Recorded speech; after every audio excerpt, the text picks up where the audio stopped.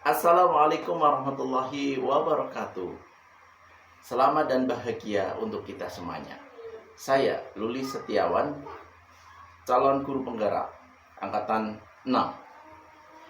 Hari ini kita akan membahas tentang koneksi antar materi, refleksi dan kesimpulan modul 1.1.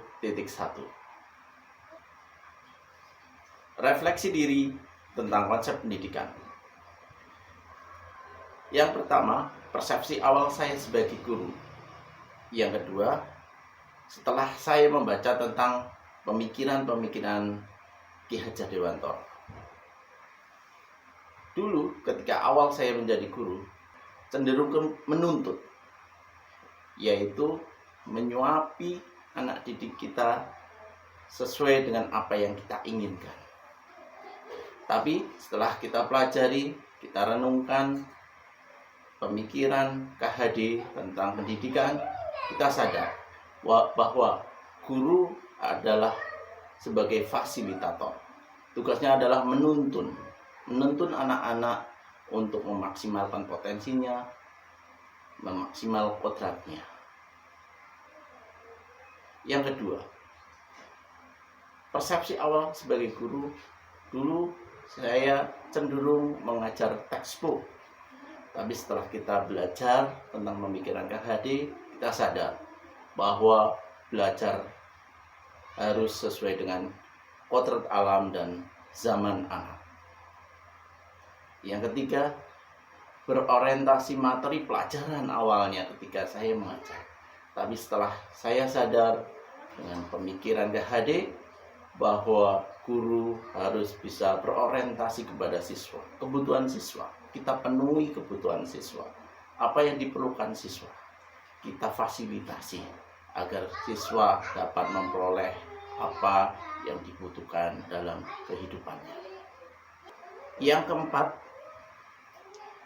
persepsi awal saya tentang pendidikan ketika mengajar saya di kelas cenderung ke kognitif, pencapaian kognitif, pengetahuan. Kadangkala mengesampingkan budi pekerti, akhlak, dan adab. Padahal ini hal yang penting. Oleh karena itu, dengan hasil saya belajar tentang pemikiran KHD, kita mendapatkan bahwa pendidikan yang ideal itu harus menyeluruh, termasuk kita tanamkan, tumbuhkan budi pekerti pada anak didik kita. Dulu ketika mengajar, kita atau saya dominan di dalam kelas atau di dalam lingkungan sekolah saja, teman-teman.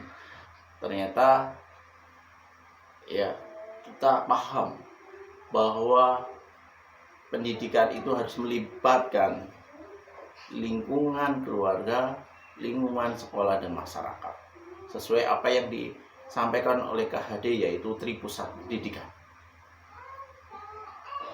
Keenam, bentuk sumber belajar dan asesmennya seragam. Dengan kita memahami pemikiran KHD, akhirnya kita sadar bahwa kita harus adil. Setiap anak punya potensinya masing-masing. Oleh karena itu, kita perlu menghadirkan pembelajaran yang mempunyai bentuk sumber belajar dan asesmen yang sesuai kodrat anak masing-masing. Dulu saya mempunyai persepsi bahwa bermain bukan belajar. Kalau bisa belajar, anak-anak fokus, serius, dan tidak bermain. Tapi ternyata ini tidak sesuai dengan kodrat seorang anak atau fitrahnya seorang anak, yang memang mereka sangat suka dengan permainan. Bahkan dari zaman dulu kita kenal ada beberapa permainan tradisional. Ternyata dari permainan tradisional itu sangat bermanfaat untuk mengembangkan keahlian sosialnya, mengembangkan keahlian motoriknya, bahkan perhitungan. Ya, luar biasa.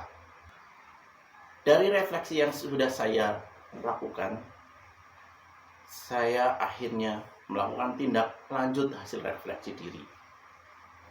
Saya ingin menghadirkan sebuah pembelajaran Yang pertama adalah yang menghadirkan pembelajaran di mana guru menuntun kodrat atau fitrah anak.